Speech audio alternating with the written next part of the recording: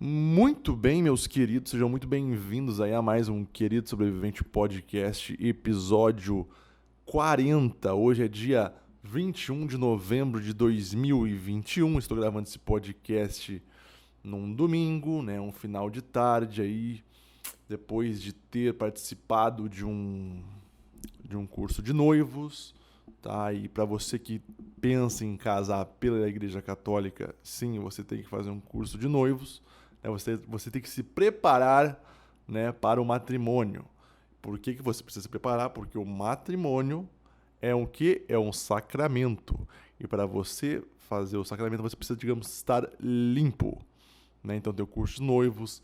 Antes do casamento tem a confissão, tem entrevista com o padre. Então tem um monte de coisa que você precisa fazer. Né? Mas é algo muito interessante. Né? Então eu e minha noiva, nós participamos, foi ontem e hoje o curso. Né? Então algumas coisas bem interessantes da igreja. Eu sou um cara que eu tava conversando esses dias com a minha mulher, né? Como a minha vida mudou, assim, nos últimos 3 anos. Demais.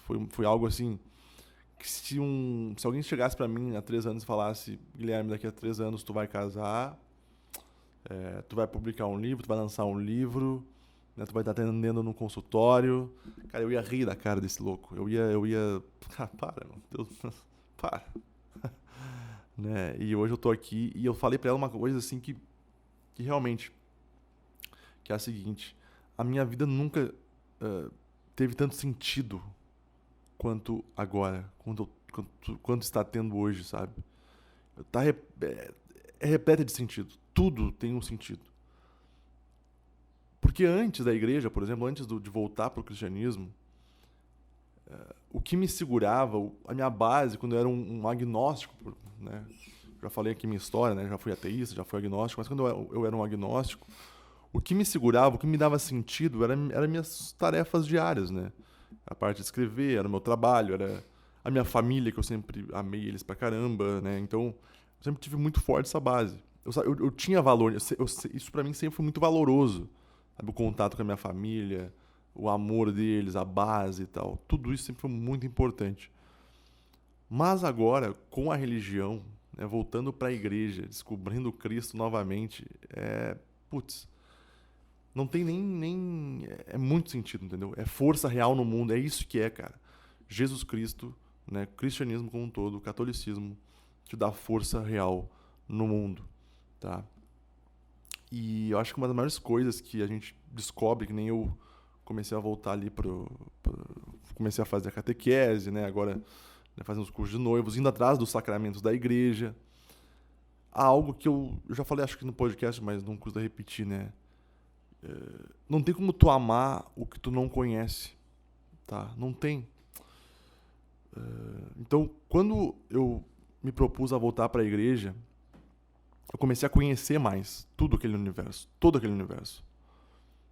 E aquilo me encantou. Todo o simbolismo, sabe?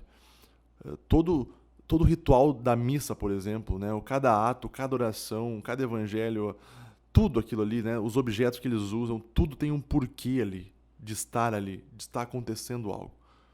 Na hora que tu fica de joelho, na hora que tu levanta, na hora que a música, o salmo, tudo tem um caminho, tudo tem um porquê. E quando tu sabe essas coisas, isso encanta, isso te dá sentido, entendeu? Eu entendo que pra muita gente, né? Muita gente eu sei que fala: ah, meu Deus é pessoal, eu rezo em casa, pra igreja pra quê? Pra ir lá e depois sair de lá e falar mal dos outros, sabe? Cara, não adianta. Uma coisa que eu descobri é: não tem como você chegar na fé, tá? A fé é uma das virtudes teologais, né? Não tem como tu chegar na fé sem o compromisso, sem o ritual, sem ir na missa, sabe? Sem fazer o que tem que fazer. Né? É um esforço diário. A religião, sem ir pela religião, não tem como tu chegar na fé sem a religião. E a religião são esses atos, são esses rituais. Então é preciso fazer. Os sacramentos é preciso fazer. A gente precisa fazer. Por quê? Porque toda vez que eu faço um sacramento, né, eu estou mais perto dos céus. Esse é o simbolismo dos sacramentos. E toda vez que a pessoa vai na missa, ela tem a oportunidade, né, de tomar a hóstia. A hóstia, né, para os católicos é o quê? É o sangue, é o corpo de Cristo. É o corpo de Cristo. Né? E naquele momento eucarístico, né, onde a pessoa vai lá e toma a hóstia, eu ainda não tomei, né? Porque eu não tenho Eucaristia, eu ainda vou tomar. Mas eu vejo as pessoas indo lá tomar. Eu vejo a emoção que é aquilo, sabe? As pessoas, elas vão lá, elas pegam a hóstia, né? E elas voltam pro tablado, pra cadeira ali, elas ajoelham. Naquele momento, né, segundo a religião, o que acontece? Jesus troca de lugar com você para redimir os seus pecados. E isso é muito bonito, cara. Isso é engrandecedor. Isso traz muito sentido, tá? Porque tu imagina, né? A gente é um bicho pecador pra caramba. Vamos ser sinceros. Todos nós. Todos nós somos pecadores. Sem exceção. Quando tu vai pra igreja, quando tu entra na igreja e tem aquela devoção para algo maior, que tu pode abaixar a cabeça e simplesmente, sabe, pedir, simplesmente, sabe, rezar e simplesmente olhar tudo aquilo e se emocionar. E aquele é o momento, cara, de tu sabe, baixar a bolinha. Baixa a bolinha, sabe? Tem coisas maiores que você. E esse é um dos perigos, por exemplo, né? E agora eu posso até puxar várias histórias aí. Esse é um dos perigos, por exemplo, de pessoas que se acham muito autossuficientes, né? Que não creem em Deus, não creem em nada. Não, o que importa é o ser humano, o que importa é eu, o que importa... As pessoas são os perigos, sabe? Porque elas não têm noção de que a gente precisa baixar a cabeça para algo maior muitas vezes na vida, né? A gente precisa baixar a bolinha, sabe? A gente precisa entender que a gente é pecador no fim das contas e que quando a gente vai na igreja, né, a gente vai redimir os nossos pecados, por exemplo. E toda essa base de conhecimento, toda essa gama de sentidos, de vários sentidos que tu começa a aprender ali, cara, isso te molda, isso começa a te moldar, tu começa a ver isso, tu começa a ver que isso realmente funciona, né? E é muito engraçado, cara, as coisas na vida, assim, né? As pessoas que eu normalmente admiro muito, sabe? Pelo caráter, pelas virtudes, pela parte intelectual, pela parte... São pessoas católicas. Isso é uma outra coisa que eu parei pra pensar esses dias, né? Por que será que eu, Guilherme, voltei pra igreja? Né? Porque quando era pequeno, eu era católico, entre aspas, né? Mas era o católico não praticante, né? Por que será que eu, Guilherme, voltei pra igreja? Né? Eu já falei um pouco dessa história aqui, mas algumas coisas começaram a acontecer na minha vida, assim. Primeiro ponto, eu sempre fui um cara de coração aberto, tá? Isso é inegável. Eu sempre gostei, eu sempre fui curioso pelas coisas, eu sempre estava disposto.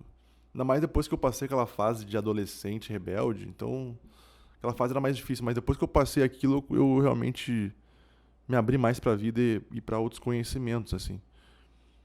E da onde é que começou a mudança na minha vida, né? De acreditar mais em Deus, de realmente ver um norte, de caramba, não é possível, ele existe, isso aí existe.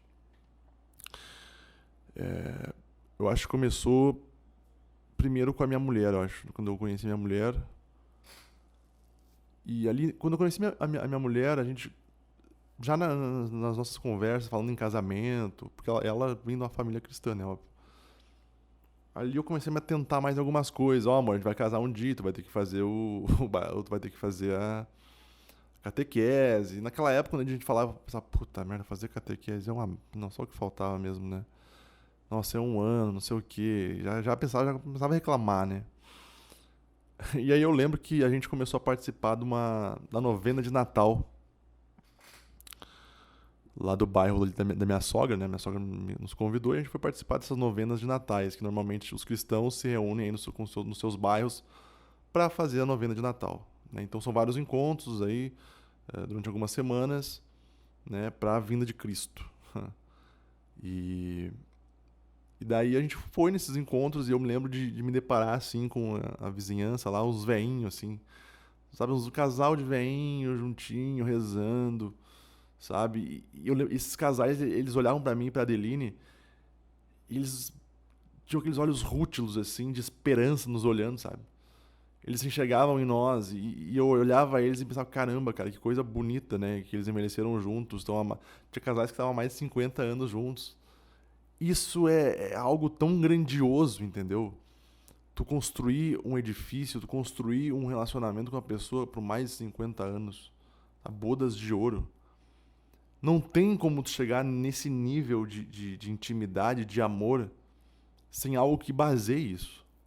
E a base, agora que eu fiz o curso de noivos, já posso falar, a base é Deus, é Jesus. Eles falaram muito isso no curso de noivos, que se tu fundamentar o teu relacionamento na areia, ele afunda, né? Uma hora ele vai afundar, né? Vai cair o teu edifício, digamos assim, né?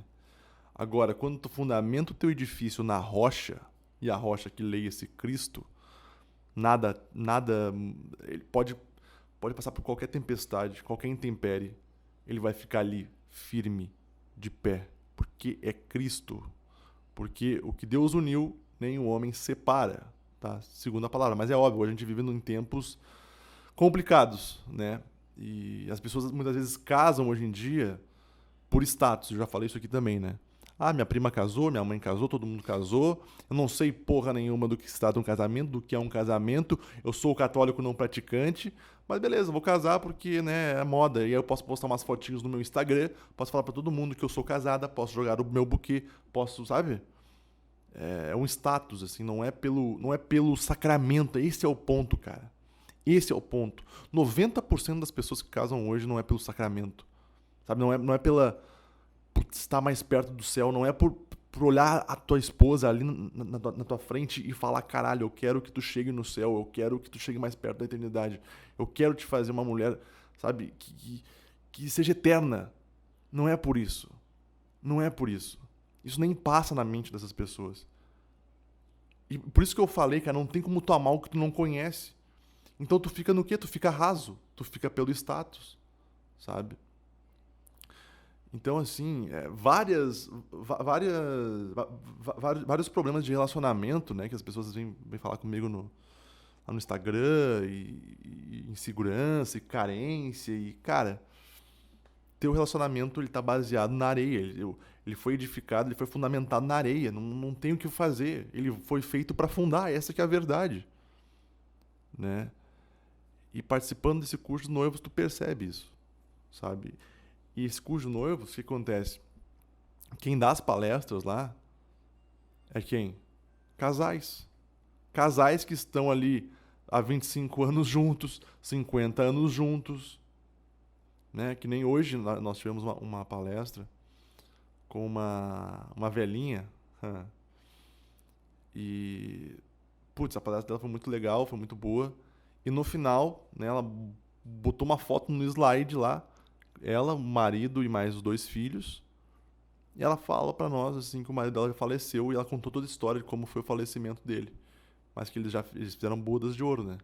Mas ele faleceu. Mas aquilo foi tão, ela contando do amor que ela sentia por ele e do amor que ele sentia por ela, e de como que eles iam à missa todo domingo, e como eles se doavam para a comunidade, de como eles, sabe, e como aquilo sustentava ela ali, de como aquilo trazia sentido para ela. Cara, isso me encanta demais. Isso me eleva. Isso, quando eu olho essas coisas assim, que nem eu falei pra você quando eu fui na novena de Natal lá, e eu olhava os veinhos, as famílias ali reunidas, lendo a Bíblia, refletindo sobre algumas questões, né, levando os filhos também. Cara, isso é muita esperança. Isso me emociona de coração mesmo. Não é pouca coisa, isso me emociona mesmo. Então, quando eu olhei isso, né, que nem quando eu falei da novena antes, quando eu comecei a ir na novena, eu já estava nessa transformação. Putz, eu preciso voltar para a igreja, eu preciso voltar para a igreja. E já começou a passar para mim, né? E aí, óbvio, as pessoas que eu comecei a admirar muito, né? Aqui eu posso falar alguns, né? Ítalo Marcilli, Ícaro de Carvalho, Tiago Andrade Vieira, né? Tô falando de brasileiros, né? Doutor Pacheco, Saulo, Doutor Saulo também, que é um São, normalmente, esses caras que eu falei aqui são psicólogos, psiquiatras, né? Então, são pessoas que eu acompanho muito, que eu comecei a acompanhar muito. E eu percebi uma força muito grande nesses caras. Eu percebi algo constante nesses caras. Eu percebi o coração aberto desses caras. E isso me encantou. Porque é óbvio, cara. É óbvio que a gente é um bicho mimético, né? E o que é um bicho mimético? É um bicho que imita. Tu quer imitar. Quando tu enxerga pessoas virtuosas, né? Que nem eu acabei de falar pra vocês aqui. Eu quero imitar aquilo. Aquilo me inspira algo. Então é exatamente isso que aconteceu comigo, né? Comecei lá atrás com o Jordan Peterson, né? Lendo e assistindo tudo do Jordan Peterson. Né? Comecei a fazer o curso de psicanálise porque eu quis muito atender. Hoje estou atendendo e, por incrível que pareça, minha agenda está ficando cada vez mais lotada. Daqui a pouco eu estou até com medo de não conseguir mais fazer podcast, né? Porque, obviamente, a minha prioridade atualmente é os meus pacientes, tá? E, caramba, minha vida se transformou tanto, mas tanto, depois que eu enchi ela de sentido. É muita graça, assim. Toda vez, toda noite, eu rezo. Eu sei que falta muito. Eu sei que, assim, ó, eu sou. Desculpa o termo, mas eu sou um cabaço ainda na igreja. Eu sei. Eu sei. Várias orações que eles fazem, às vezes eu não conheço, nunca ouvi falar. Mas eu consigo enxergar o resultado de Deus na vida das pessoas à minha volta. Isso que é inspirador. É isso que me fez voltar para a igreja. É enxergar essas pessoas, que eu falei para vocês agora, as pessoas que eu admiro, enxergar as pessoas do meu bairro, por exemplo, da minha sogra lá, enxergar as pessoas, por exemplo, hoje e ontem lá no curso de noivos, e perceber que essas pessoas, elas são engrandecedoras. São pessoas que têm um coração muito aberto. São pessoas que eu quero do meu lado. Aqui que está a grandeza do negócio. E é por isso que eu voltei. Porque eu falei, caramba, eu quero ter esse coração. Eu quero poder construir algo numa rocha, não numa areia. Né? É isso, cara. E lá no curso de noivos eles enfatizaram muito essa ideia, né, de relacionamento. Né? E óbvio, eles falaram coisas assim, bem comuns, né? Por exemplo, eu e minha mulher, nós já moramos juntos. Então, muitas coisas que eles falaram de convivência, eu e minha mulher, nós já passamos. Nós passamos por isso diariamente. Né? Tanto é que eles falaram algo bem... Assim, eles enfatizaram muito que quem mora junto e não é casado está em constante pecado. Inclusive, a minha mulher, que ela já fez a catequese, ela não, na verdade, ela não pode mais comungar, né? Ela não pode tomar a hóstia, né? Porque ela está em pecado. Né? Mas eles enfatizaram muito essa ideia lá, né? Então a gente vai casar agora em fevereiro, né? Para que a gente possa não viver mais tão em pecado assim, né? Porque o ser humano é um bicho desgraçado, né? A gente é um bicho pecador. Não tem o que fazer, né? Mas é muito gratificante, cara. É muito engrandecedor mesmo. Tu vê tudo isso, tu vê isso acontecer, sabe? Tu participar do curso de noivos, tu voltar pra igreja, tu aprender, tu ter uma gama de conhecimentos. Cara, e é tão engraçado isso na minha vida, sabe? Eu procurei por tanto tempo autores. Eu sempre gostei tanto de, por exemplo, Nelson Rodrigues, as frases do Nelson sobre amor, né? Sobre sexo, sobre o ser humano, sobre natureza humana. Porra, e aí tu pega agora a Bíblia, né? Que eu comecei a dar uma lida maior, né? Com a catequese junto e tal. Caramba, tem as profundidades daquelas frases, daquelas... Putz, aquilo te preenche, entendeu? O verbo, né? O verbo te preenche. E isso é muito interessante, cara. Isso é... Por isso que eu acho que eu... É por isso que eu voltei, cara. É por isso que eu... Graças a Deus eu voltei. E eu quero seguir uma vida assim. Eu quero seguir uma vida, sabe, ligado com a religião. Né? Eu já tava falando com a minha mulher hoje pra gente começar a fazer também trabalhos mais voluntários com a igreja, né? Porque eles precisam também sempre de pessoas pra ajudar. Porque é isso, cara. A vida é tão curta. A vida é um sopro, né? Quando a gente vê, já passou, assim... E o que nos resta é abrir o coração e ajudar ao máximo, sabe? É isso que nos resta, cara. E eu falo pra vocês da minha vida depois que eu voltei pra Deus, assim, depois que eu comecei a trilhar outro caminho. Cara, melhorou muito, assim, melhorou muito. Em tudo, em tudo, em tudo, em tudo. E, e sim, eu acho que tudo isso também é devido a essa coisa de sentido que eu falei pra vocês, que minha vida nunca teve tanto sentido que nem está tendo hoje. E isso vai me preparando pra algumas coisas da vida, sabe? Esse voltar pra igreja. Porque a igreja, ela te coloca muito também numa dimensão, numa visão com a morte também. E isso te deixa bem reflexivo, óbvio, né? Que nem quando tu fala em casamento, né? Até que a morte o separe. É forte, isso é muito forte, entendeu? Até que a morte o separe. Né? Quer dizer, e que nem hoje, que eu falei pra vocês, que teve a palestra da veinha lá. Da veinha, e ela disse que perdeu o marido e tal. O que vai sustentar, né, essa mulher agora? É óbvio, é a igreja, cara, é Deus, é algo maior, é algo que transcende. É que nem a minha avó, já falei aqui pra vocês também. Ela perdeu o marido dela, o meu avô, né, perdeu uma filha. O que vocês acham que sustentava aquela mulher? É óbvio, é Deus, é a palavra. Né? Ela era uma devota católica, ela lia todo dia a Bíblia, ela assistia alguns canais católicos. E então, se não for isso, cara, não. E ela, tadinha, ela só faleceu porque ela caiu um tombo, né? Ela caiu um tombo. Ela tava bem de cabeça, ela caminhava, andava e tal. Ela faleceu porque ela caiu. Ela teve o azar de cair numa escada. Né? E um velhinho, né? Quando cai, normalmente pode ser fatal, né? Então, assim, essas coisas, meus queridos, tu começa a analisar essas coisas, essas histórias, né, de superação, né, de coração aberto, de pessoas que estão prontas para se doar. Que nem as pessoas que estavam lá na nossa frente hoje dando palestra para nós.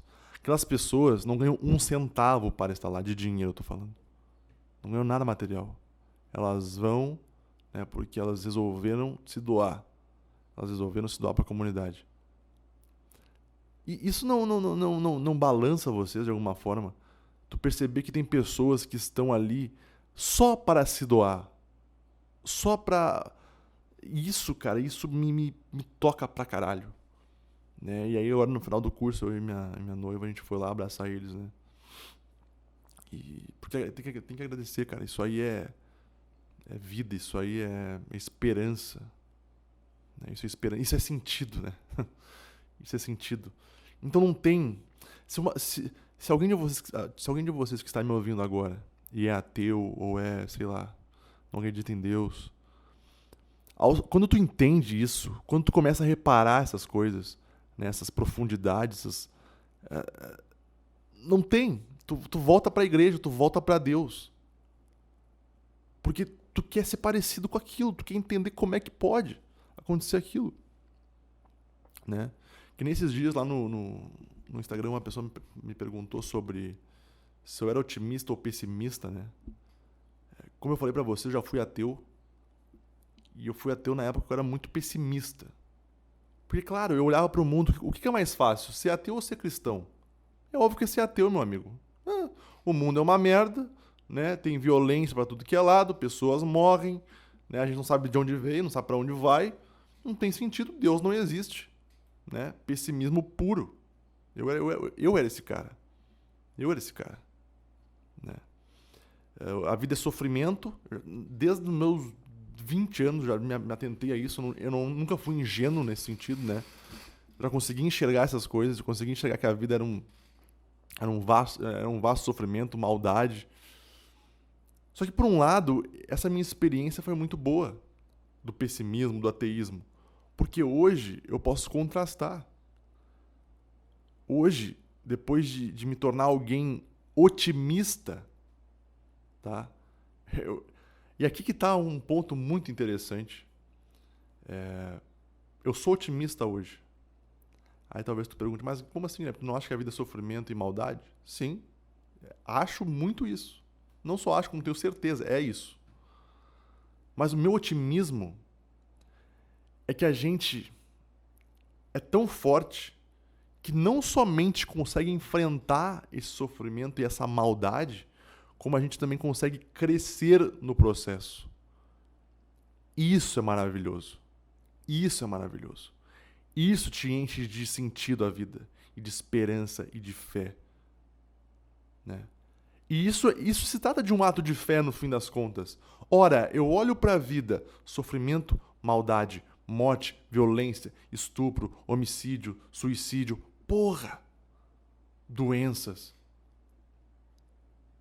Eu preciso ter algo que equilibre tudo isso, que é a minha fé, e é esse meu otimismo. E essa minha volta para a igreja é esse otimismo. É pensar, é sentir, é entender que tem algo muito, mas muito maior. Tem uma esperança, né?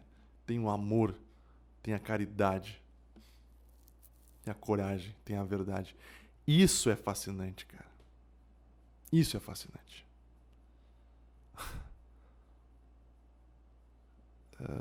Então eu realmente, de 3 anos pra cá, foi uma mudança na minha vida, assim, inimaginável, assim. E agora, em janeiro, eu vou lançar o meu livro, né? Ele já vai atrasar um pouquinho, então vai ser em janeiro. Depois vai ter o casamento. Então, é tanta coisa, assim, tantas tarefas, é tantos projetos, é tanto sentido. É um consultório, são meus pacientes, é muita coisa, tá? E eu também tô me policiando muito, sabe? Pra deixar de reclamar deixar de reclamar e falar, caramba, vamos enfrentar a vida, é isso mesmo. Né? A gente tava lá no curso agora, e assim, eram 50 casais, meus amigos. 50 casais, ou seja, 100 pessoas. E o ar-condicionado não dava conta. Né? Porque... Então ficava um lugar meio quente, assim. Né? Abafado, só suando. A maioria das pessoas, nesse momento, faz o quê? Fica reclamando, né? Ai, tá quente. Ai, sei o quê? Ai, isso é um absurdo. Eu, cara, eu prometi pra mim mesmo, assim. Eu vou parar de reclamar. Parar de reclamar. E outra, que nem eu falei pra vocês, os instrutores que estavam lá, né, que estavam dando para nós o treinamento e as palestras, tu tem que ser grato por aquilo, meu amigo. Sabe? Para de chorar um pouco que tu saiu do teu ar-condicionado, do teu ar-condicionado sabe, e seja grato por onde tu tá, cara. Para de ficar reclamando, ai, tá calor aqui, ai, não sei o que, ai, é muito tempo, ai, muito tempo sentado, ai, essa cadeira é muito dura, ai. Sabe, se a gente parasse pra pensar no quanto a gente reclama de tudo. Ah, porque amanhã tem que acordar cedo. Ah, porque não sei o quê. Ah, porque meu chefe... Ninguém. Para, cara, isso é... Tem que parar, a gente tem que se atentar a muitas coisas na vida, sabe? E essa questão de ser grato, que eu acabei de falar pra vocês, eu não falo isso de uma maneira ingênua, que nem eu tava falando do otimismo ali, né? Eu não sou um otimista ingênuo, não. Eu tenho muita noção do que aconteceu na humanidade. Eu tenho muita noção, né, da maldade do sofrimento humano. Então eu sou um otimista, digamos que eu tenho consciência. Né? Mas eu falei da questão que o meu otimismo vem no enfrentamento. Eu sei que eu posso levantar e enfrentar, e é isso que vai dignificar a minha vida. Esse é um ponto. A questão de ser grato, tá? É tu olhar para o mundo de hoje, para o que tu vive, né? Para onde a gente vive, e perceber que nunca antes na humanidade a gente teve tanto conforto. E ser grato pelos homens e pelas mulheres que construíram tudo isso. Que nem eu estava assistindo esses dias um corte de um podcast aí. A Titi Miller é uma feminista lá, estava discutindo com uma outra mulher, né? E falando, porque é um absurdo. Por que eu vou botar um filho no mundo de hoje? Não sei o quê, porque ninguém se preocupa mais com as leis ambientais. E isso são pessoas, caras, que... eu não vou botar... Imagina botar um filho no mundo de hoje. Eu vou dizer pra vocês, o mundo nunca esteve tão bom pra botar um filho. Na questão de conforto. Na questão de ele ter menos risco de morrer. Sabia? Pra quem tá me ouvindo aqui não tem noção. A história, meus queridos, foi muito mais perversa já. Sabe, os homens antigamente morriam de fome, a grande maioria. Sabe, morriam de doenças que eram simples. Sei lá, morriam de tuberculose, morriam de malária, morrem alguns até hoje, tá? Mas obviamente diminuiu muito. Então, a gente ser grato pelo que foi construído. É nesse sentido que eu falo de gratidão. É você olhar para a história da humanidade.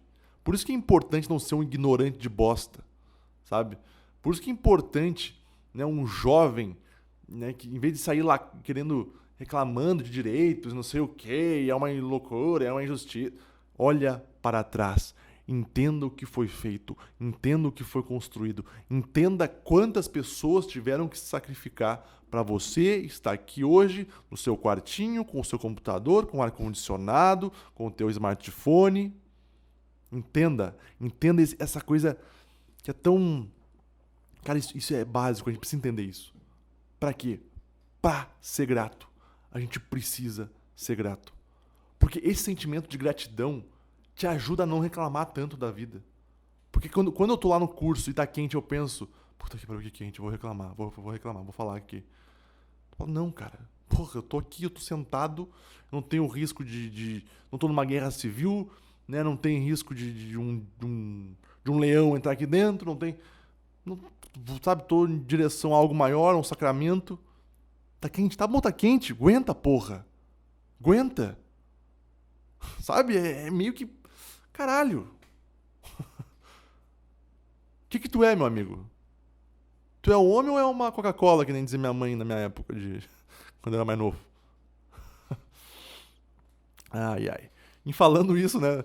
Tu é um homem ou é uma Coca-Cola?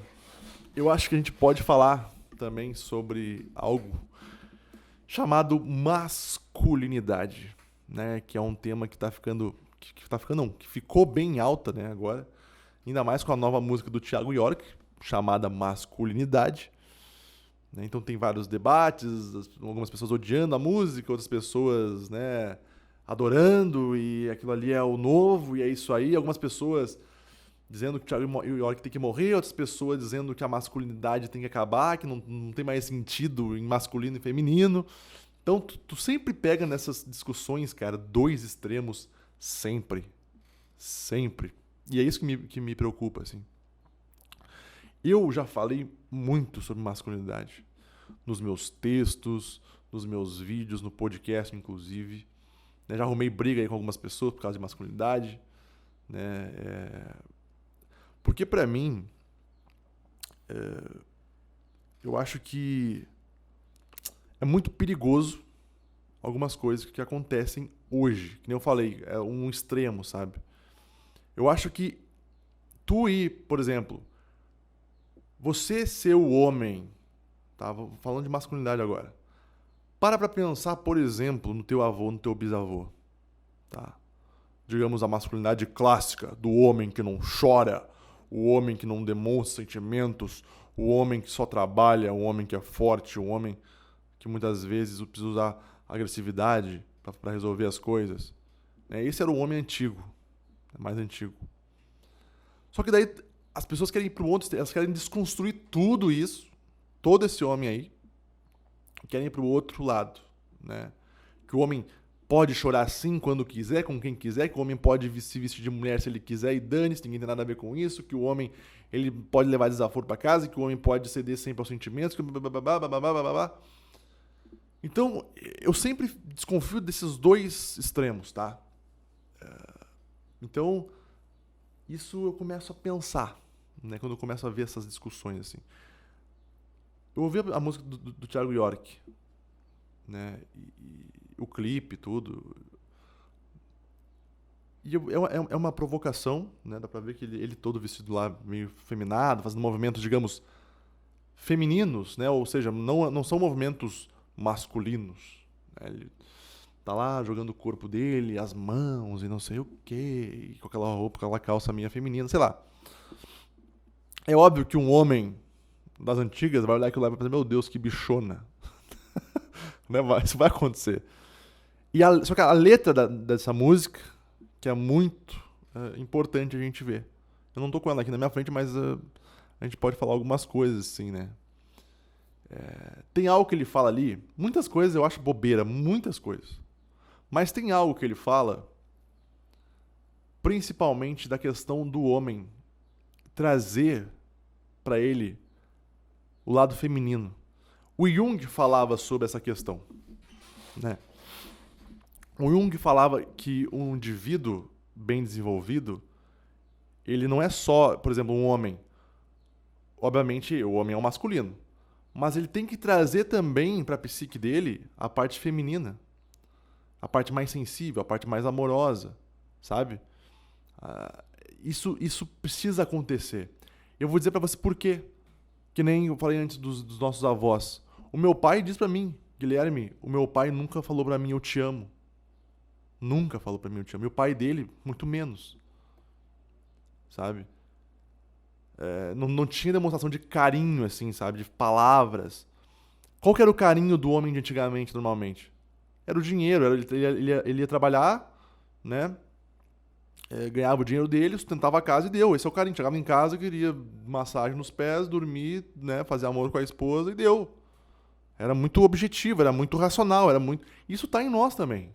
Tá no homem. Tá na nossa natureza. A gente também tem que admitir isso. Né, da questão de trazer segurança, de querer prover, isso está em nós, normalmente está no homem isso. Legal. Só que perceba que trazer só o masculino para tua psique parece que falta algo. Falta o quê?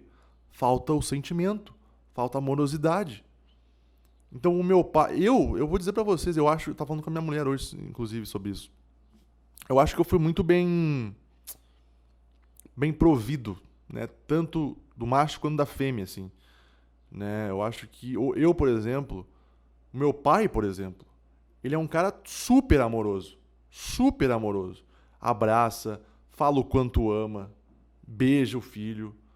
Né? Ele passou isso pra mim. E eu tenho isso e eu vou levar isso pros meus filhos também. Sabe? Essa questão do feminino, digamos assim. Normalmente a mulher é assim.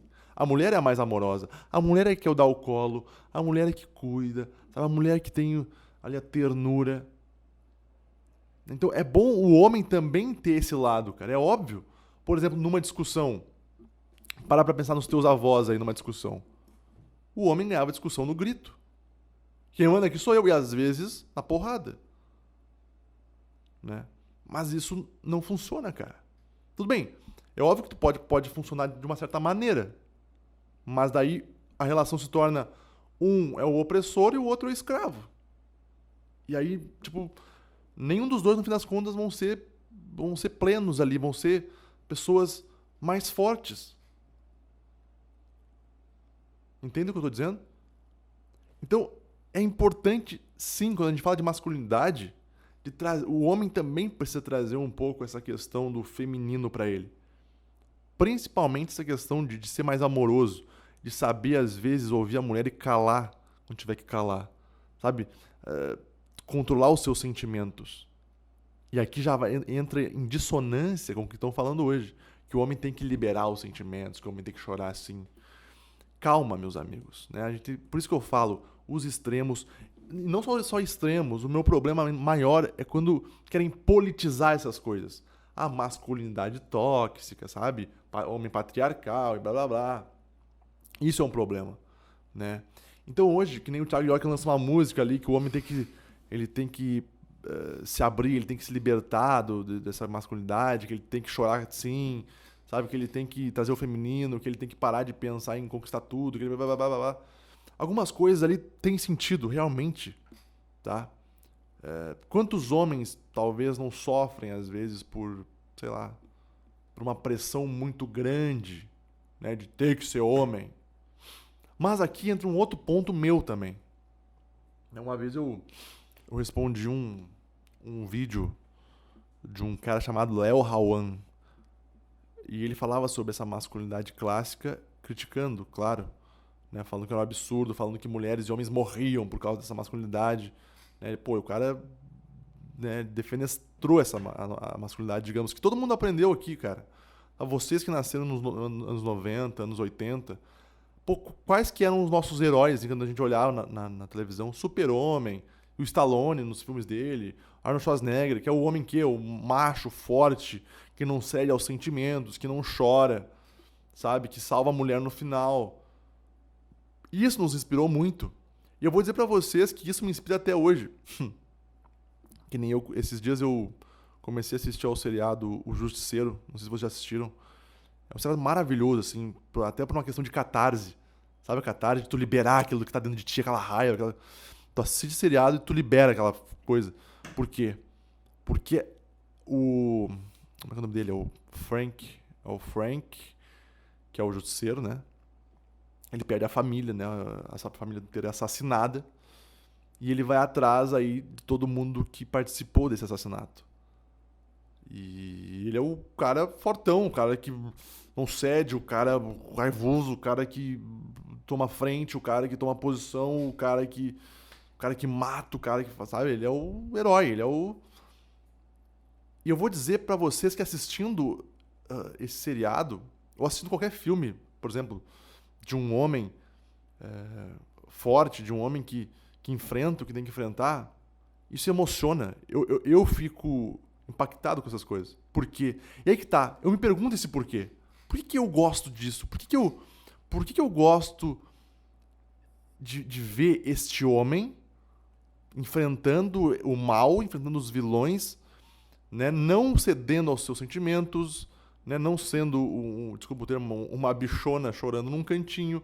Não, ele vai lá e encara o que tem que encarar, salva a mulher, né? E casa com ela depois. Por que a gente gosta desse enredo? Vocês já pararam pra pensar nisso? Porque isso está no nosso imaginário. É inegável que está no nosso imaginário tudo isso, do homem, da masculinidade. Né? É claro que está aqui. Tá? Não tem como a gente... Não, vamos desconstruir tudo. Isso é um perigo também. Né? Então, quando eu olho pra essa música do Thiago York, tá? Inclusive, se vocês nunca escutaram, vão lá e escutem. Masculinidade é o nome da música. Então tem esses dois lados, cara. Eu também acho que é muito perigoso tu querer desconstruir tudo, o homem. Ah, não. Ele pode ser o que ele quiser, sabe? Não precisa seguir um padrão, não precisa ter um norte. E pra mim isso é um problema. Pra mim esse é um dos maiores problemas de hoje, inclusive. De hoje. Eu escrevi uma crônica esses dias atrás aí falando sobre homem chora sim, mas esse era o título da crônica, inclusive, né? Porque eu falava justamente sobre tudo isso que eu falei pra vocês agora. É claro que o homem chora, tem sentimentos. Mas, se o homem chorar mais que sua mulher, por exemplo, se ele for mais sensível que a mulher dele, ela dá um pé na bunda na hora. Ela não aguenta. Ela não suporta um homem assim. Por quê? Aí que tá. Por que será que acontece isso? E aí, entendam que eu tô falando, eu tô falando da realidade. Eu não tô falando o que a direita acha disso, ou que a esquerda acha disso, ou que eu não sei quem acha. Não. É a realidade. É a realidade. Porque uma mulher, ela tem o quê? Ela tem o feminino. O feminino tem essa questão da sensibilidade, né? Da amorosidade, da ternura, do choro, né? De demonstrar pelo choro. Muito mais forte do que nós, homens. E isso, meus queridos, não é apenas construção social. Talvez tenha um pouco, talvez. Mas a grande parte disso é biológico. É biológico. Esses dias também eu fiz um post lá no Instagram, né? Respondi uma pergunta sobre esses papéis de homens e mulher, né? E eu expliquei, cara. Eu expliquei te imagina desde o começo, né? Mas te imagina lá atrás com nossos ancestrais. Imagina os homens e as mulheres lá nas cavernas, lá no tempo das cavernas. Por que será que a gente criou? Por que será que a gente chegou na masculinidade clássica do super-homem, do herói que salva a mulher, do homem que provê a casa, provê o dinheiro, sabe? Vai atrás, vai pra rua enfrentar o que tem que enfrentar. É ele que salva, é ele que abre a porta do carro, é ele que sabe? Por que será que tem isso? Por que será que nós chegamos a isso? Por que será que esse é o modelo? Não foi simplesmente um dia o homem patriarcal e opressor acordou de mau humor e que criou isso. Né? É muito raso alguém pensar dessa forma. É muito raso. Então, o que acontece? Te imagina há 200 mil anos atrás. Mais ou menos. Os homens, biologicamente, olham para um homem e olham para uma mulher. Qual a primeira diferença que tu já vê assim olhando para os dois? Normalmente, tá? Aqui eu tô falando da regra, não da exceção, porque é óbvio que pode ter exceção. Tô falando da regra. Um homem, por regra, vai ser o quê? Mais alto, mais forte, né? Ele vai ter mais agilidade com o corpo, né? Então, a primeira coisa é a parte física. A parte física do homem é a primeira coisa que dá esse contraste, tá? A mulher, no entanto, ela é mais carinhosa, já falei pra vocês aqui hoje, né? Ela é mais carinhosa, ela é mais sensível, né? E ela enxerga coisas que o homem muitas vezes não enxerga, detalhes que o homem não enxerga, né? E aí, bom, eu tô numa tribo e eu preciso caçar, a gente precisa caçar pra se alimentar, né? Quem que vai pra caça? Quem que vai caçar?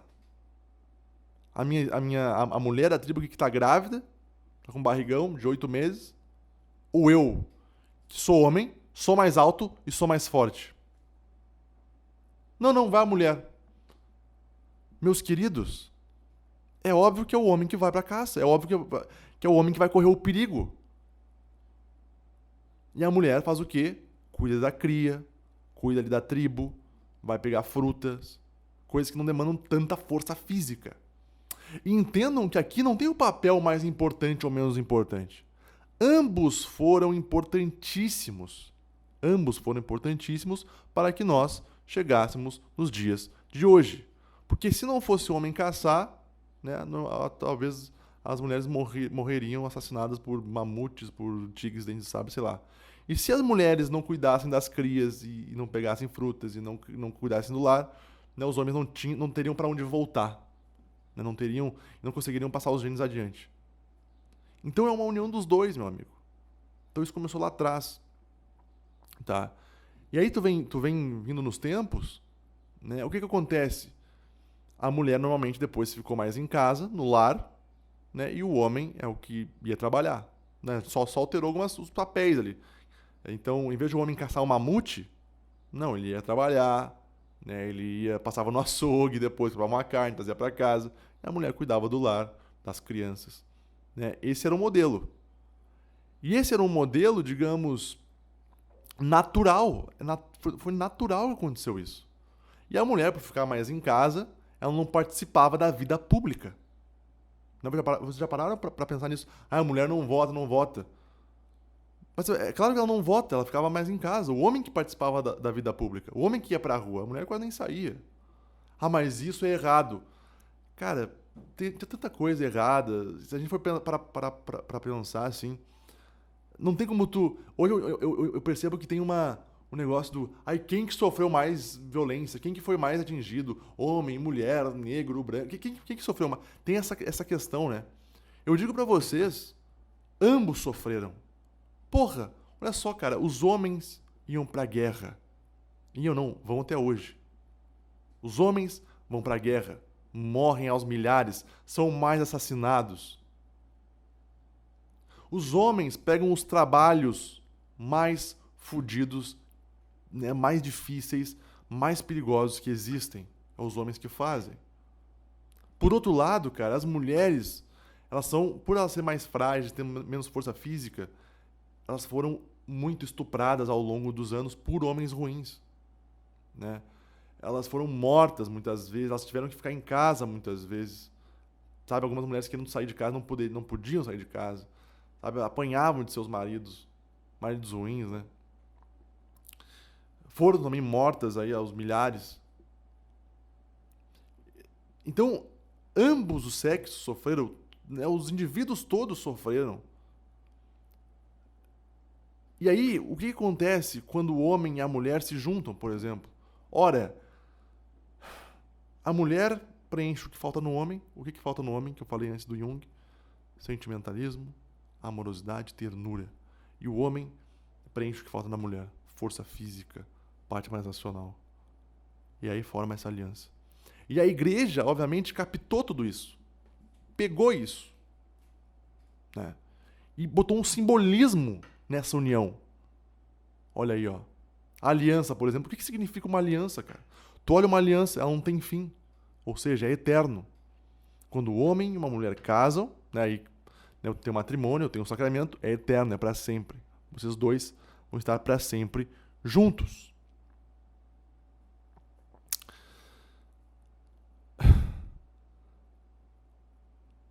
Entenderam? Então, esse assunto, masculinidade, que é algo que tá bem em alta agora, eu não vou nem para um extremo nem para o outro extremo, tá? Na minha visão, o homem, um dos maiores problemas hoje dos meninos, e eu posso falar isso porque às vezes ou outra eu converso com os jovens aprendizes lá onde eu trabalho, dá pra perceber, eles estão desorientados. Por quê? Porque foi tanta desconstrução, que eles acabam em ruínas, sabe? Eles não têm um norte, eles não têm um ideal pra seguir. Tudo vale, tudo pode, não tem limite. Isso é um problema, cara. Isso é um problema. Porque se eu não tenho um norte, eu tô perdido, eu caio no vazio, eu caio no niilismo, eu caio... Nada importa. E aí é óbvio, se nada importa, cara, eu vou fazer o quê? Eu vou ceder a todos os meus prazeres imediatos. O Ítalo Marcilli tem uma frase que ele fala, que eu vi ele falando esses tempos atrás, assim, que a culpa por existirem mulheres feministas são de homens covardes. Porque tu imagina a feminista. Quando a feminista é muito velha, né, sei lá, uma feminista de 40 anos pra mais, assim, o que acontece? Ela sofreu na mão de um cara ruim, um cara que batia nela, um cara que não provia, um cara que era um bosta, um cara que não dava amor. E é óbvio, ela vê um movimento falando, né, de igualdade perante as mulheres, sabe, contra o homem de maneira geral, e ela se alia a isso. E ela entrega a vida dela a isso.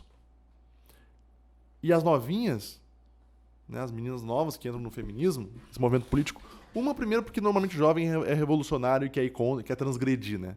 Esse é o primeiro ponto.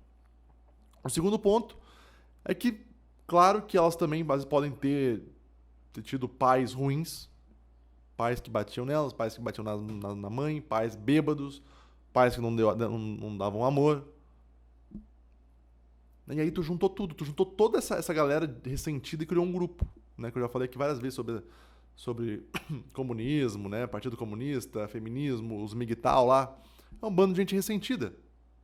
É um bando de gente ressentida que se junta num grupo, né, para odiar um inimigo comum. É isso. É isso. Então, meus queridos, muito cuidado com essa questão da masculinidade, tá? É óbvio que tu desconstruir, como estão fazendo, é um perigo, tá? Eu vou dizer até mais, eu acho que esses homens que se desconstruem, sabe, conscientemente querem se desconstruir, eu acho que eles são perigosíssimos. Perigosíssimos. Porque, como eu falei pra vocês antes, no começo, há uma natureza biológica em todos nós, tá? Uma natureza de homem, uma natureza de mulher, né? E o Jordan Peterson tem uma frase muito boa, inclusive é uma frase que eu usei para intitular um dos textos mais lidos lá no meu site, que é a seguinte: se você pensa que os homens fortes são perigosos, espere até ver do que os fracos são capazes. Então essa frase, ela sintetiza, né, o que acontece muito hoje em dia. O que acontece muito hoje em dia? Alguns escândalos, por exemplo, de homens que espancaram suas mulheres. E aí tu pensa, meu Deus, como assim? Esse cara que defendia o feminismo, né, que era um esquerdomacho e não sei o quê, como é que ele bateu na mulher? Você negava o machismo, não sei o quê. Tem alguns escândalos, né, desses caras, desses homens fracos, digamos assim, da masculinidade livre, né, da masculinidade desconstruída. Acontece bastante isso. Bastante mesmo. E aí que tá. Por que será que acontece isso? Já pararam pra pensar nisso? Por que será? Eu vou dizer algo pra vocês assim, ó. Como eu falei antes.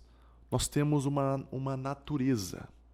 O homem, o menino, o garoto, o pai, ele é agressivo. Ele tem uma violência dentro dele. Uma violência física muito maior. Pode ter certeza disso. Podem ter certeza disso.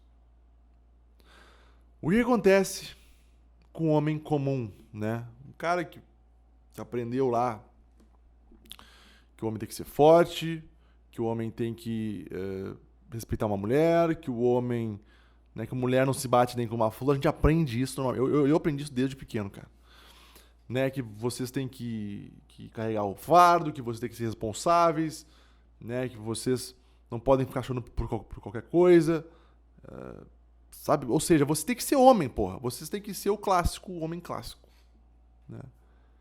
E aí tu vai lá e faz o quê? Começa a ser esse homem clássico, tá?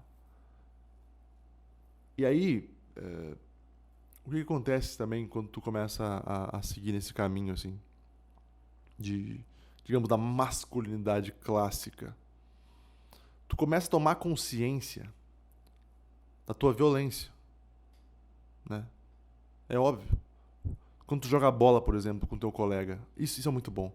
Quando tu joga bola, por exemplo, quando tu pratica um esporte de contato e algo acontece no jogo, por exemplo, que isso te estimula. Tipo, acontece um momento, um lance, sei lá, e tu sente aquela raiva subida de ti. Tu percebe ali que tu pode agredir o teu amigo. Quem nunca... Qual menino que tá me escutando aqui, que jogava bola, que participava de jogos, nunca sentiu essa raiva, esse ódio, essa capacidade pro mal? Pô, eu senti isso várias vezes. Inclusive, algumas vezes eu cedia, né? E daí dava briga, e é óbvio, né? O homem tem isso, o homem sente isso. E o que acontece? Para o homem mais inteligente, poxa, eu tenho essa capacidade pro mal. Eu sei que eu posso...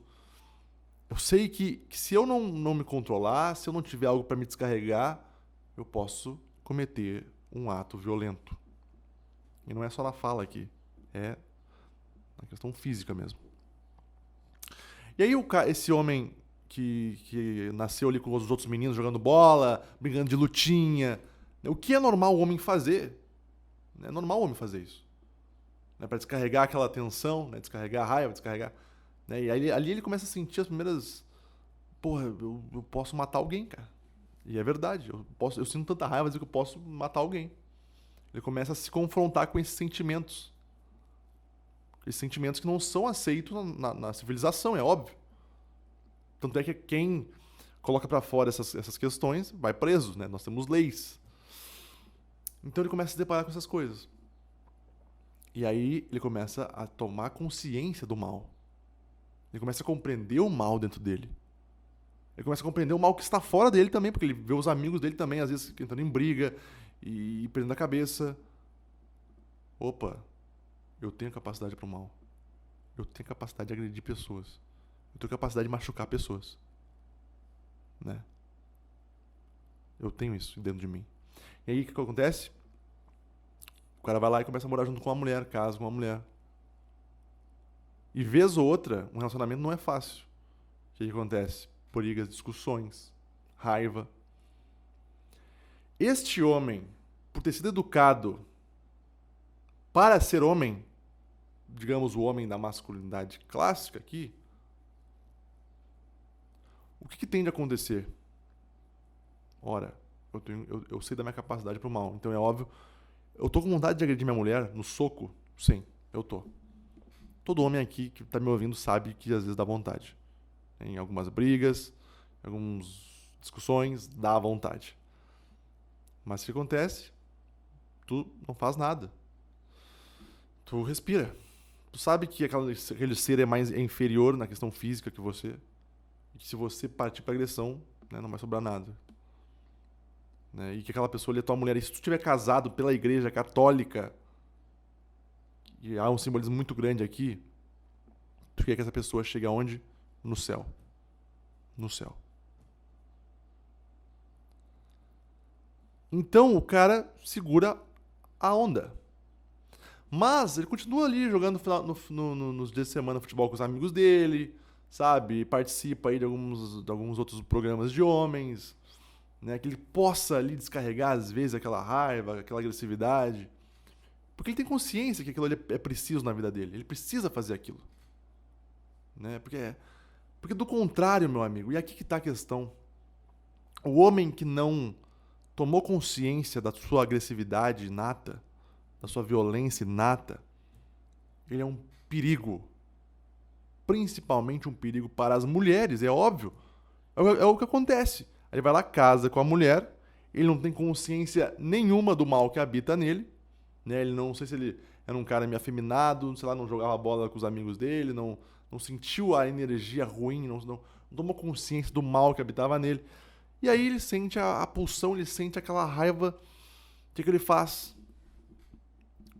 Por mais que ele fala na mídia, ele fala nas redes sociais, não, eu sou feminista, eu sou um homem feminista, né? Não importa que o homem ele pode ser afeminado, ele pode chorar assim, sabe? Né? Ele pode ter essa vozinha assim, não sei o que, eu sou bem, sabe? Tu vê que o cara tá forçando muitas coisas ali. Aí este homem, né, dentro de casa com a mulher dele, quando o negócio aperta, ele mostra quem.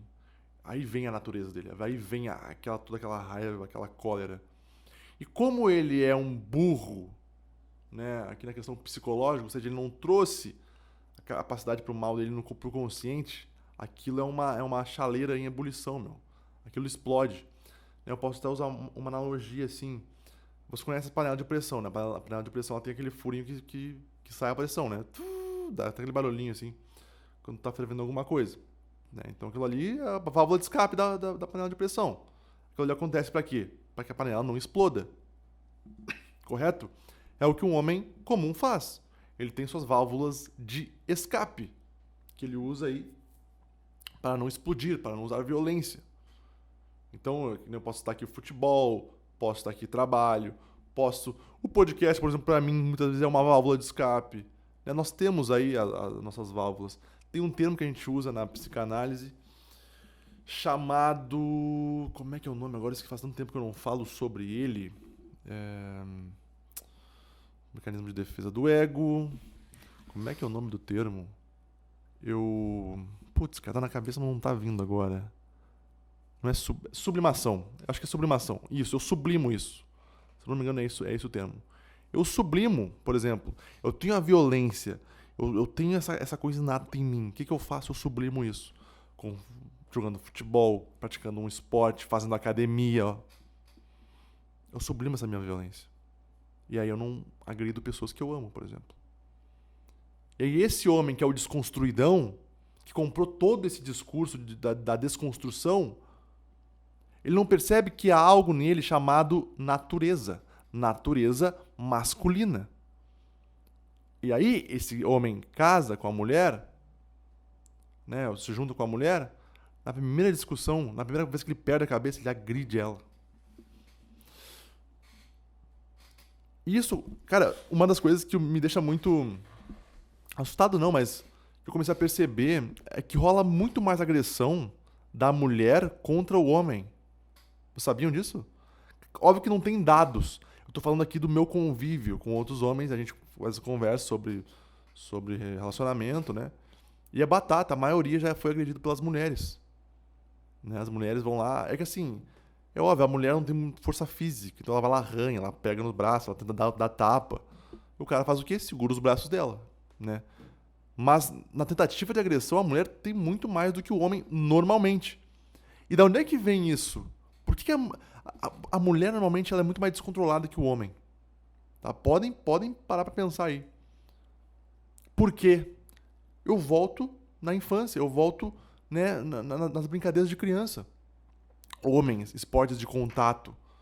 Ali, como eu falei antes pra vocês, eles começam a perceber que eles têm raiva, que eles podem fazer o mal. Né? Os homens, por exemplo, quando eles fazem uma... Eles querem ser os engraçadões, sabe? Quer brincar, quer fazer não sei o quê. O que acontece? Eles podem apanhar. Um cara que é muito ignorante, ou muito babaca, muitas vezes, ele apanha. Quem nunca ouviu aqui, que já estudou e tal, quem nunca ouviu, vou te pegar na saída. Tu vai apanhar na saída, rapaz. Tudo bem, às vezes até tinha entre mulheres, mas é muito raro. É o homem normalmente que faz isso. É na pancada, é na porrada. Então o homem aprende desde cedo que se ele for um babaca, de que se ele estourar, a pancada vem em dobro. A gente aprende isso, isso está em nós. A mulher, não. A mulher não tem isso. A mulher, por ser muito amorosa, né, por ter nascido lá no... A mãe ensinou para ela a ternura, né, a parte sensível, que já é dela, né? Quando ela explode, quando ela fica com raiva, muitas vezes, meus queridos, ela realmente perde o controle. Ela não está acostumada com aquilo. E aí ela agride. Ela agride, toca alguma coisa no homem, sabe? Ela não está acostumada com aquela violência. Porque ela não tomou consciência daquele mal. Ela não tomou consciência daquela agressão, daquela... Olha só que interessante isso, né? E os homens que não participaram, digamos, desses jogos na infância, né? Não tiveram esses aprendizados, que foram desconstruídos, a mesma coisa. E nós vivemos hoje numa sociedade, né? Principalmente ali os meninos que nasceram nos anos 2000, 2005. Cara, estão passando por isso. Estão passando por isso. É um bando de cara que não tem um norte, que é desconstruído, né? Que são viciados em informação, né? Tudo é relativo, é um pouco de niilismo, não tem sonhos, não tem pelo que lutar, é meio que sentir prazer e, sabe? Como é que tu vai formar um casal, por exemplo, assim? Né? Não tem como. Não tem... É por isso que os casais estão diminuindo, né? O casamento está diminuindo, está tudo diminuindo muito. Famílias grandes estão diminuindo, vão diminuir cada vez mais. Porque aí que tá, esses papéis de homem e mulher, eles também foram se perdendo durante o tempo, né? E se eu não tenho papéis definidos aqui, não tem opção de eu ter um relacionamento duradouro, verdadeiro. Desculpa, não tem. Até se existir um casal gay, eles têm papéis definidos. Casal gay que eu tô falando aqui, casal que dura, casal que tá há anos juntos. Eles têm os papéis definidos ali do passivo, do ativo e etc. Né? Acredito eu, né? Mas quando eu tô falando de homem e mulher, é óbvio. É óbvio que eu preciso ter uma noção do meu papel ali dentro. Se eu não tiver essa noção, meu amigo, eu não vou conseguir construir nada na questão de relacionamento. Só que essa parte de relacionamento ela não é só na questão de homem e mulher, é na questão de amizade também. Amizade no trabalho. Tudo influencia. Tudo influencia. Então, às vezes, chega meninos pra trabalhar com nós, jovens aprendizes. Pô, os caras não têm culhão, os caras não se mexem, os caras não querem nada com nada. Sabe, os caras acham que são os donos do mundo, pode... Porra. Cadê o pai dessa criança? Será que ninguém ensinou valores pra ele? Será que ninguém ensinou ele a cumprimentar as pessoas pela mão e olhar nos olhos? Sabe, será que ninguém falou isso pra ele?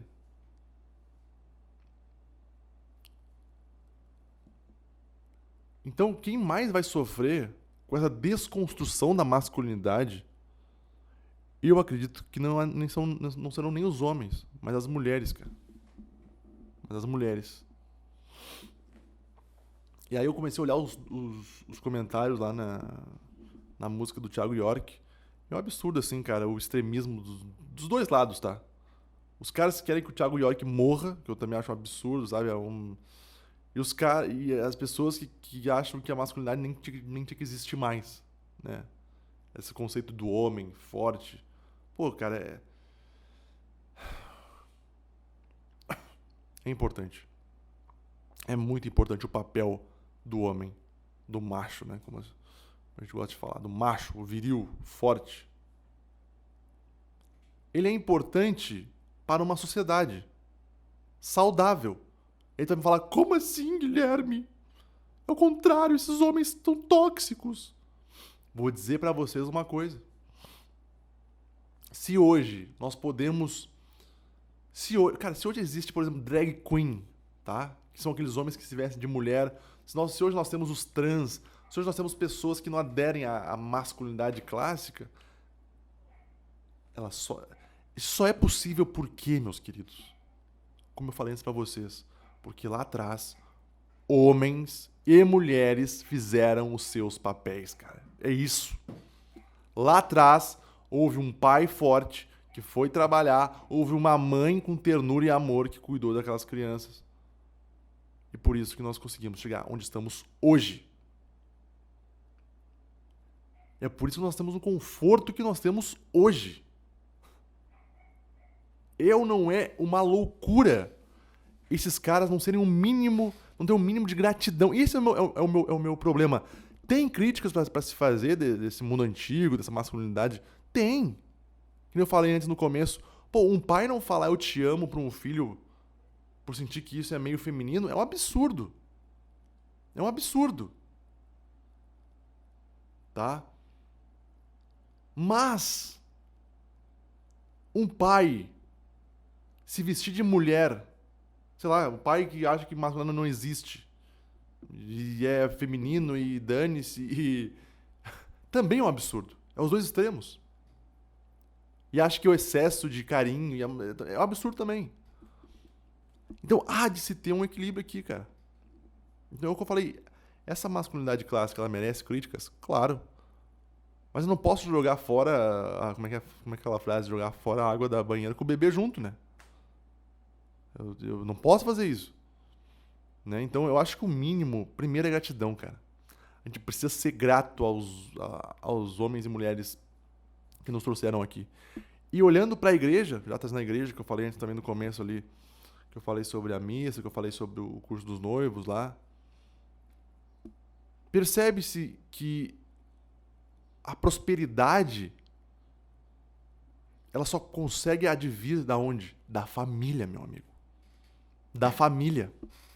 Sem famílias, não há como sobreviver. Não há como ter um meio social saudável. Não tem como. E aqui trazendo a psicanálise, quando uma criança nasce e ela não tem,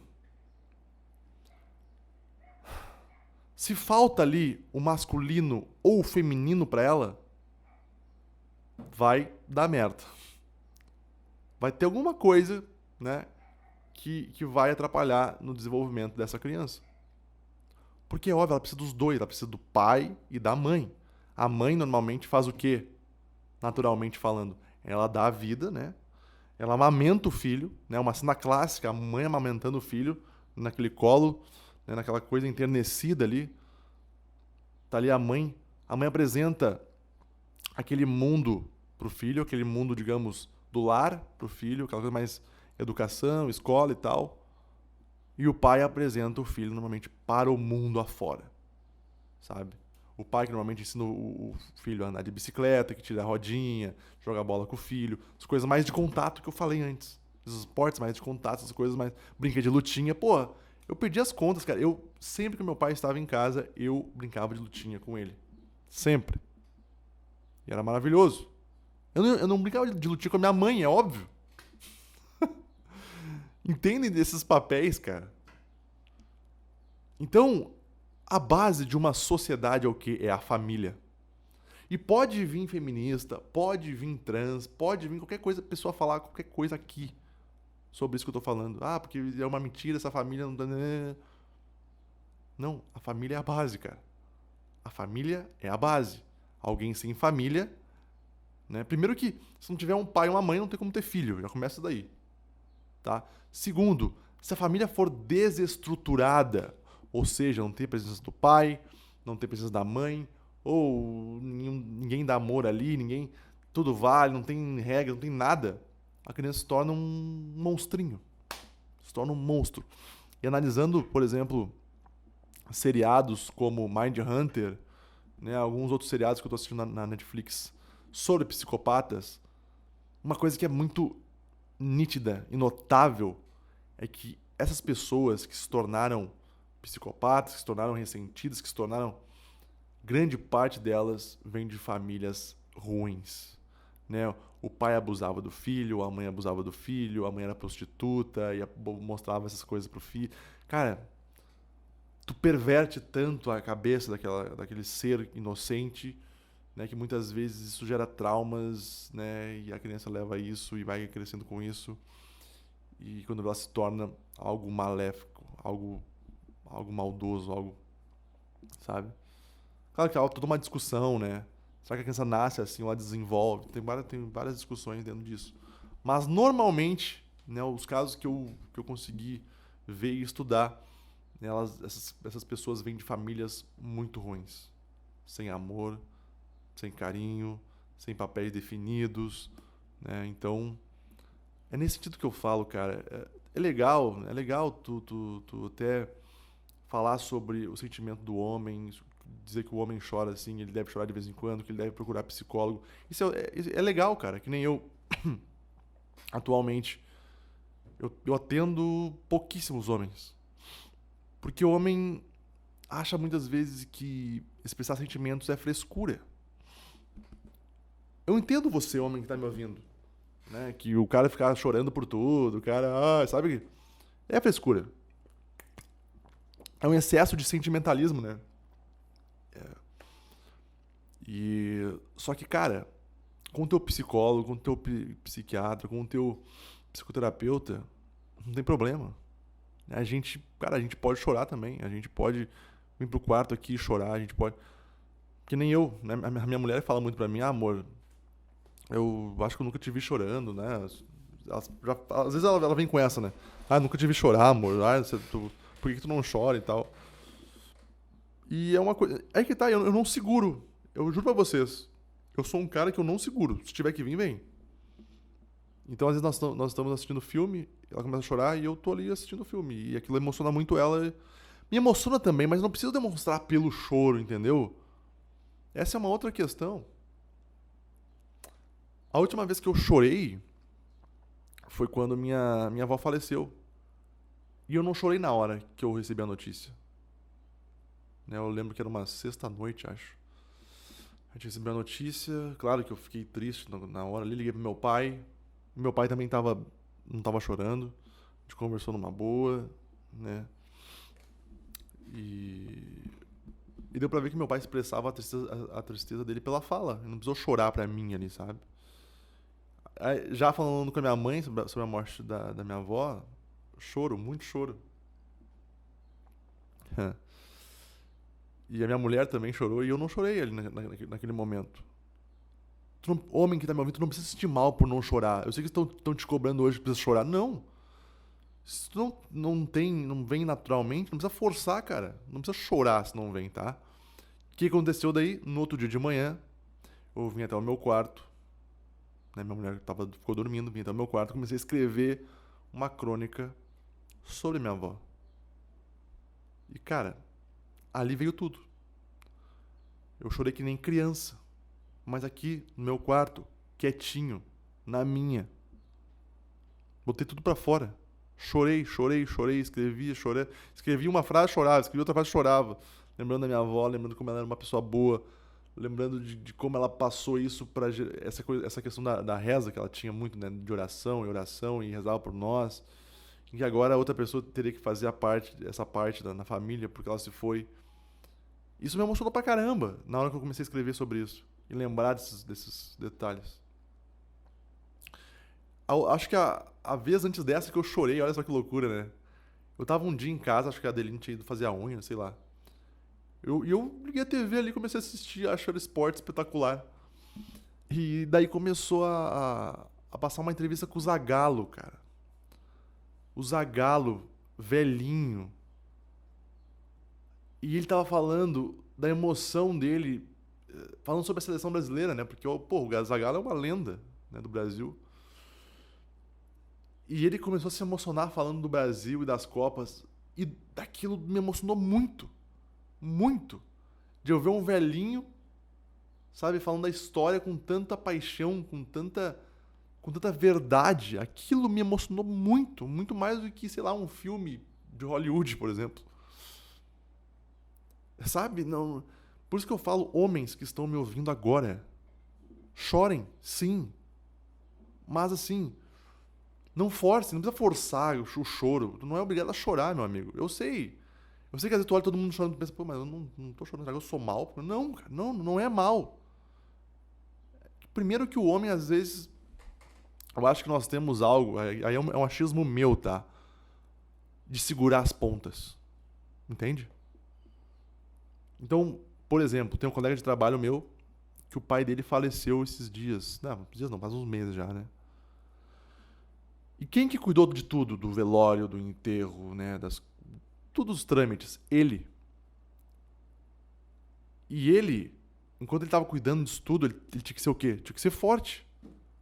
Ele tinha que ser o peito aberto para a irmã dele chorar, né? Para a mãe dele chorar. Entendeu? Ele tinha que ser o peito aberto.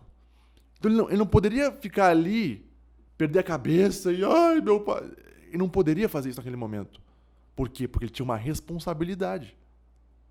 E ele foi responsável.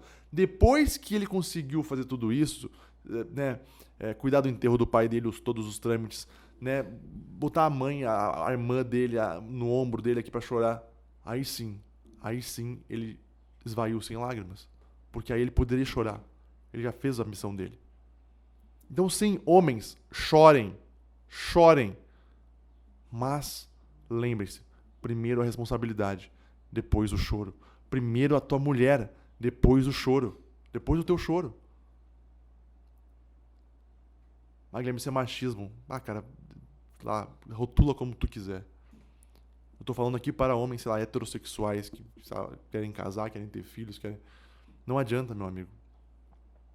Nunca será... Cara, um homem muito sentimental demais, aquele sentimentalismo excessivo, sabe? Que chora por tudo, sabe? Reclama, ele sempre cede aos seus instintos. Esse cara não é atraente, não é atrativo. E uma mulher vai ver, vai olhar pra esse cara e vai ver o quê? Insegurança. Insegurança. Um homem destes, que cede aos seus sentimentos, que chora a cada pouco, não pode ser pai dos meus filhos. Esse é o pensamento. Pode ser inconsciente. Mas é. A minha mulher fala quando a gente começou a sair, né? Olha, amor, quando eu comecei a perceber que tu era um cara que trabalhava, sabe, que morava sozinho, cuidava da casa, que pagava o teu aluguel, né, que era um homem responsável, ali eu vi que tu poderia ser pai dos meus filhos. E por isso que a gente tá hoje junto. É isso, cara. É isso. Não adianta inventar aqui. Porque o homem ele tem que se libertar, ele tem que se desconstruir. Calma aí, meu amigo. Calma com isso. É o que eu falei, nenhum dos dois extremos é bom. É importante trazer o lado feminino para o masculino? Claro que é. Que nem eu falo pra minha mulher. Né? Eu falo pra ela, eu te amo, eu sou carinhoso com ela. Mas ela sabe que também ela pode botar o peito ela pode botar a cabeça no meu peito pra chorar. Porque eu não vou ceder. Chora, tu pode chorar aqui. Ela sabe que ela pode confiar em mim nessas coisas. Ela sabe que se a gente estiver dormindo e tiver um barulho lá fora, quem vai lá ver? Vai ser eu que vou lá ver. Não vai ser ela nunca. Nunca. A não ser que ela esteja sozinha em casa. Mas se eu estiver do lado dela, é eu. E por que é eu? Porque ela é mais importante do que eu. A mulher é mais importante do que o homem. E outra, eu sou mais forte fisicamente. Qualquer perigo que tiver lá fora, é eu que tenho que enfrentar. Ela cuida do lar. Eu cuido lá de fora. Eu que dou a segurança pra ela. Isso nunca vai mudar. Isso nunca vai mudar, meu amigo. Espero que tenha ficado claro tudo que eu falei aqui.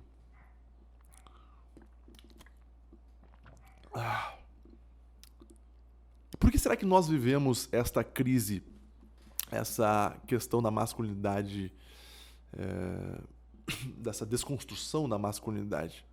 Porque é óbvio, meus queridos, a gente vive numa crise de sentido. Eu não sei se eu já cheguei a falar sobre isso com vocês aqui no podcast, mas é isso, sabe? E quando eu tô numa crise de sentido, eu tô numa sociedade que é relativa, né? E por ser relativa, vale tudo. Eu não enxergo mais a realidade como ela é. Eu quero inventar a realidade, eu quero reconstruir a realidade. E aí é um problema. Cara, e é muito louco, porque quando a gente compara a cultura de hoje, essa cultura do espetáculo, a cultura de ter que mostrar, a cultura do materialismo, a cultura do objetivismo, a cultura onde eu trato um ser humano como se fosse um objeto qualquer, quando eu comparo isso com os tempos antigos, eu vejo que os tempos antigos havia uma cultura edificante, tá? Nós tínhamos um padrão de excelência. O que é um padrão, cara? Um padrão é um norte, né? Pode ver as artes antigas. Eu tinha que ter um apuro técnico, eu tinha que ter um conteúdo moral perene, ou seja, que dure por séculos, que inspire outras pessoas. Era isso. Tu pega a Ilíada, por exemplo. O que nos ensina a Ilíada? A sermos heróis. Tu pega Platão, tu pega Sócrates, tu pega Aristóteles. Eles influenciaram em todo o Ocidente. Tu pega a igreja, por exemplo, com os santos. O que são os santos? É uma vida saudável, é uma vida plena, é uma vida contemplativa, é uma vida virtuosa. É uma vida com um norte. É óbvio, eu tenho um norte. Né? A vida dos santos requerem aí introspecção, reflexão, paciência, calma, autoconhecimento. Então eu tinha algo que edificava o meu ser, edificava a minha personalidade, construía algo. Hoje é o contrário. Eu tenho uma cultura, meus queridos, do espetáculo, uma cultura consumista, uma cultura relativista, né?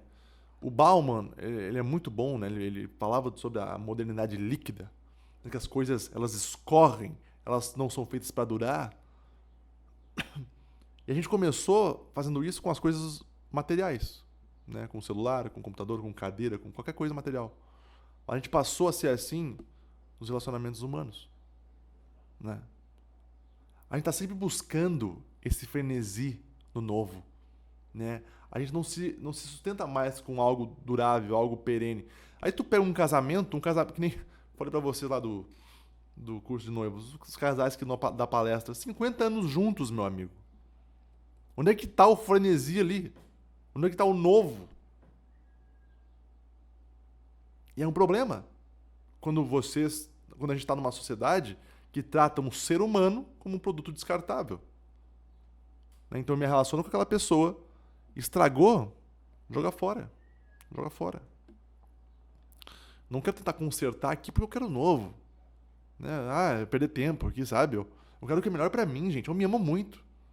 Sabe, essa coisa narcísica de hoje em dia, nós vemos uma sociedade narcisista e voyeurista. O que significa isso, meus queridos? Narcísico, eu quero que me olhem.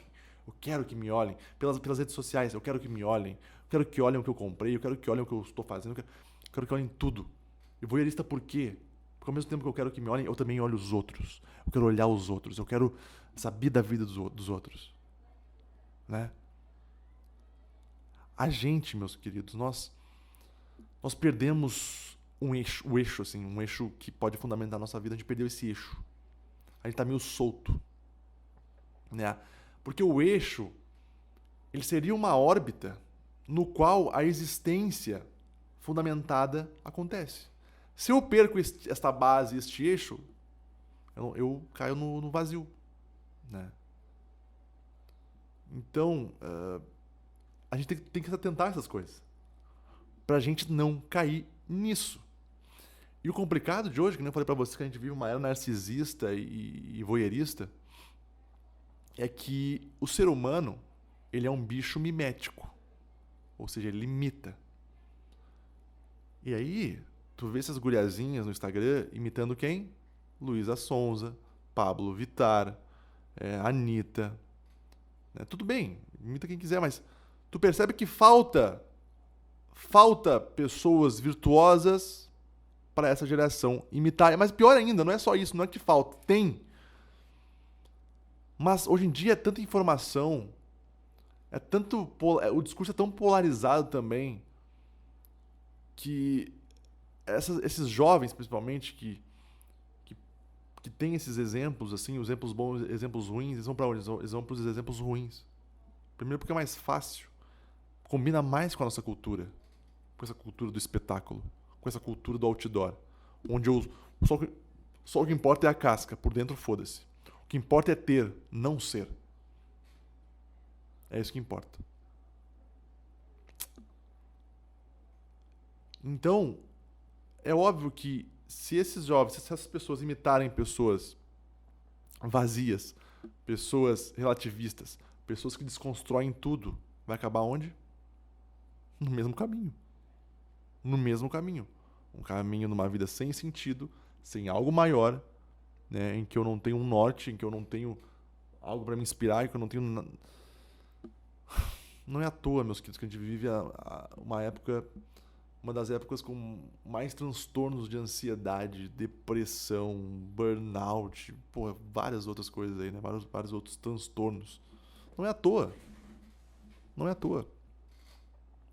Grande parte disso é por causa da nossa cultura, dessa crise de sentido. De sentido. E aqui, para finalizar hoje o podcast, nós já estamos batendo 1h30 de podcast. Eu quero trazer algo que eu aprendi com o Platão. Olha só. Platão, sim.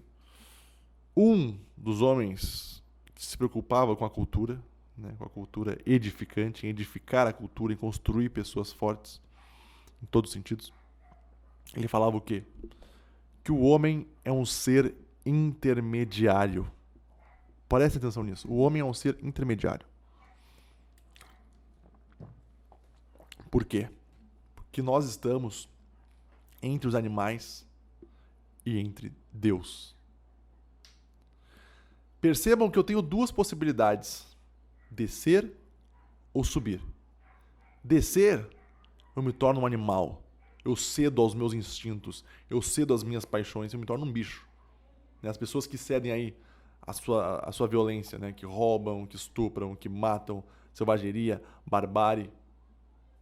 Ou seja, elas estão descendo, elas estão se tornando animais. Tá? E claro que isso não é bom. Não é bom. Porque isso causa o quê? O mal. O mal. Será que precisa desenhar essas coisas? Por outro lado, eu posso subir. Né? Como eu falei, nós estamos no meio. Eu posso descer, eu posso subir. O que significa subir?